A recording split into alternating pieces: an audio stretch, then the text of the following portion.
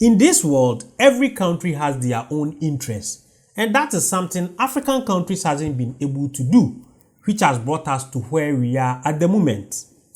I want us to watch a video from Rwanda's leader, President Paul Kagame. I will be back for us to talk about it. So Africa has to look at itself and look at the whole world as it's set up. And we know in this world, people, countries work for interests, their own interests. Africa's interests and the countries of our continent interests must be taken care of, beginning with ourselves. So, and we talk about speaking with one voice many times.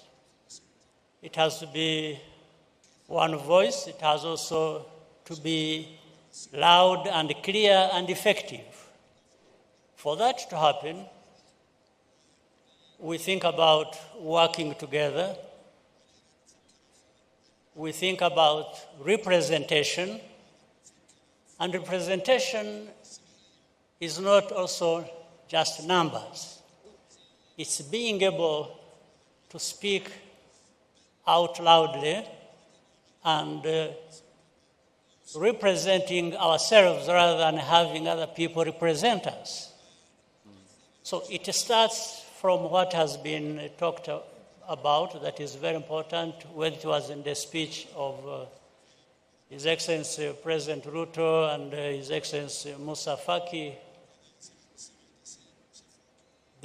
Therefore, the reforms we are talking about is how do we disrupt, if you will, the current architecture as we have it, so that it includes significantly and visibly the interests of our continent.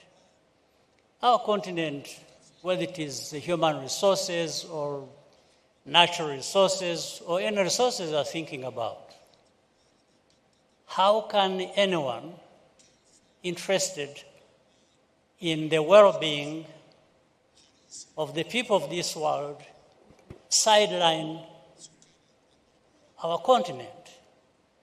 In actual fact, if you look at the facts as they are,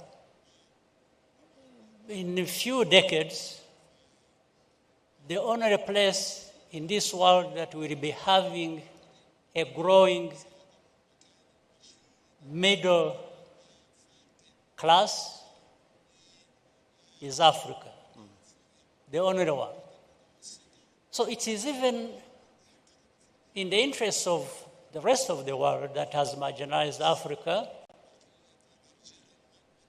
to contribute to the well-being of our continent, because the growth of Africa, based on this middle class, feeds into the growth of the rest of the world. So they should even be accepting some of these proposals in self-interest, because Africa grows, the whole world grows. But Africa cannot wait to be handed this opportunity by anybody else. We therefore must be on the front line, really fighting for this right, and therefore for ourselves, but also which contributes to the well-being of the rest of the world. President Kagame, I want to be a little bit provocative here. I've been coming to Kenya for probably 30 years. And there are places that I used to know that I no longer recognize. Why? Because the city's architects have changed the landscape. Now, most of the Bretton Woods institutions were created 60 to 80 years ago at a different time from the one that we live in. So, if we're going to talk about reform, it's not just the access to resources. It's looking at those institutions that were created back then and asking the question, are they still relevant to the needs of today? What is your thought about redesigning a lot of these institutions to make them fit for purpose? Well, absolutely. It's a no-brainer that what worked 50 years ago or designed 50 years ago, things have changed, and therefore a rethink of a new design that fits the purpose must be into play. There's no question about it. But here what we are talking about is not simply an argument of whether, this is fit for purpose or this. I think everybody understands that point. But there are philosophies, if you will, or interests or that operate behind that. For us in Africa, we are hard-pressed to see that there is a change of these and in the design of these institutions. But maybe the way the institutions are set up, benefiting some parts of the world, those in those parts of the world are not interested in having the change happen because it gives them control, it gives them say over other people's resources even. So it's not that people don't understand. Especially for Africa, we understand it better because of how we are affected. But the other parts of the world that have the power and control, it's also not because they don't understand, but it is because that it serves them very well, benefits them, that they are not interested or they are slow in allowing change to happen. So it's not a very complicated thing to understand.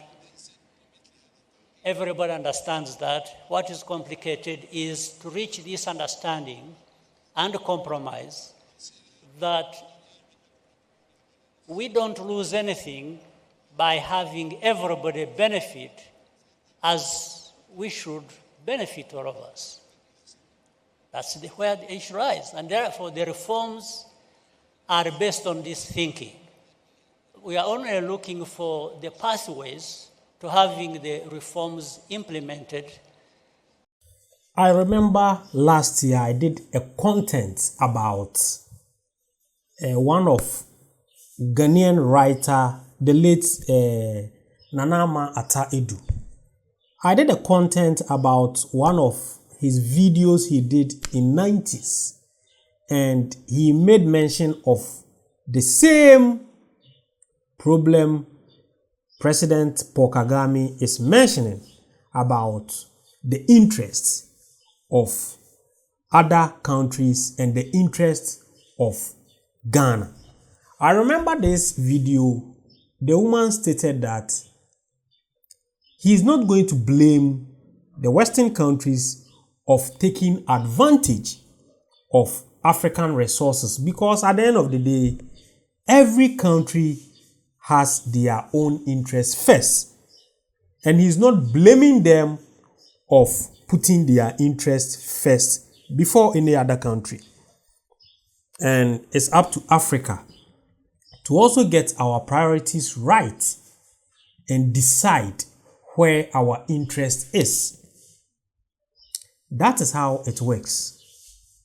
Africa, it's about time we have to ask ourselves, all this talking, all these economic disruptions, how our youth are running away to European countries, running away to Western countries, how are we going to solve these issues? Because we have everything here, we have the resources here, we have both natural and human resources, and how we are going to take advantage of what we have to make it count, like how China did.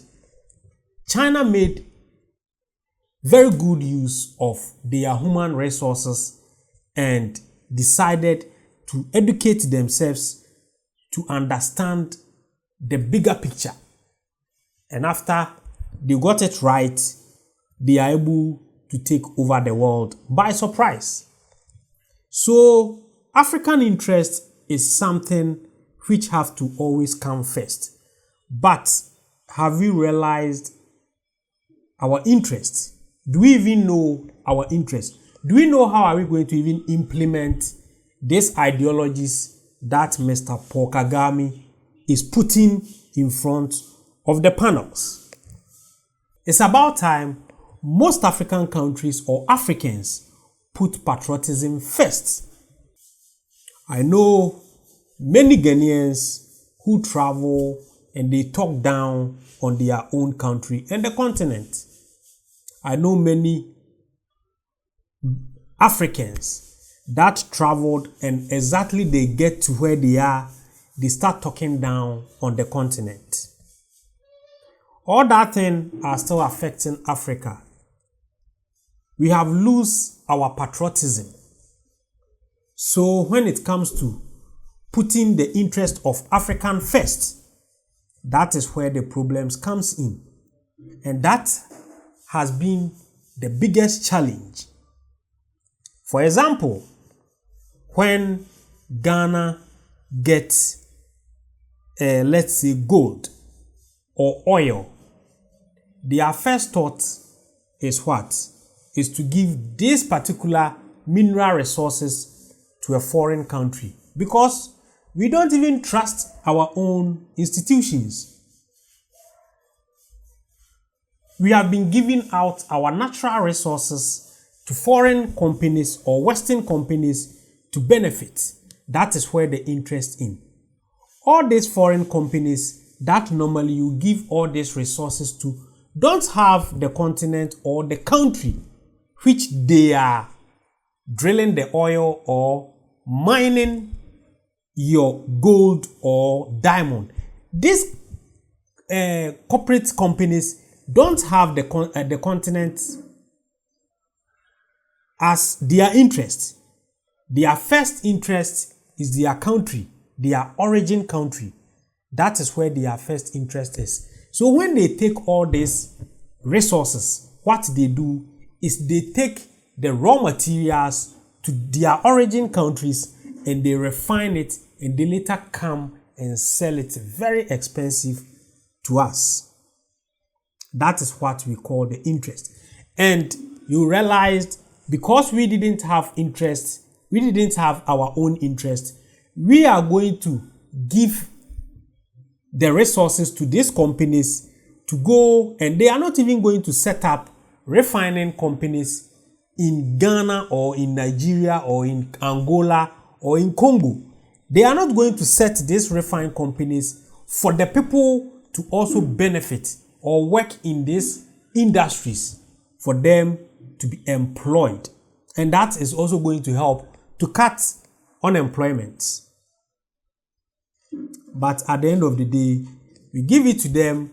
They take all these raw materials to their countries of origin and they go there and refine it, and it creates jobs and it creates extra resources to these companies or to these countries. And at the end of the day, they are the ones that benefit from all these resources. So that is where I'm asking, where is African interest? That is where we have to find it first, because majority of African countries give their resources to foreign countries to benefit rather than letting their country to benefit. Maybe we don't have the resources to mine our gold. We don't have the resources to drill our oil. But before you give it to any Westerner company or Western companies, you have to make a deal to make sure that whatever deal, you have your interests at first. But our leaders, especially the puppet ones, do not have our interests at heart. They only have their pocket interest in mind. So every time they are going to cut a deal with all these Western corporate companies, they normally go thinking about their pocket instead of the country. They are not thinking about if these countries, if these companies set up refining industries or refining factories in their country, it is going to cut unemployment at the long run and is going to benefit the country where the resources is being taken. This is something we have been talking about, and we don't know when African leaders will start realizing this to make sure whatever resources all these foreign companies are taking should benefit their own people instead of their pockets. That is where we are now having challenges. There has been unemployment all over Africa. Now African youth, people with great innovative minds, are now running away to go and chase greener pasture in different countries, and the sad part is they go there and they will be doing manual jobs. It's about time, Africa, we wake up. It's about time we put our house in order, because the resources we have today won't be there tomorrow. And if it happens like that, and we haven't set up institutions that will support our citizens, there is going to be chaos and we are going to suffer the consequences. Please, you can go to my description box and click on the Telegram link. It will take you to the Telegram platform as you join us for us to talk about the well-being of Africa and Africans in diaspora. And if today is also your first time coming to this channel, then don't forget to subscribe to this channel and turn on the notification button so that anytime I upload any great content, you will be notified. I'm always your guy, De-Graft Amoako. Thanks for watching.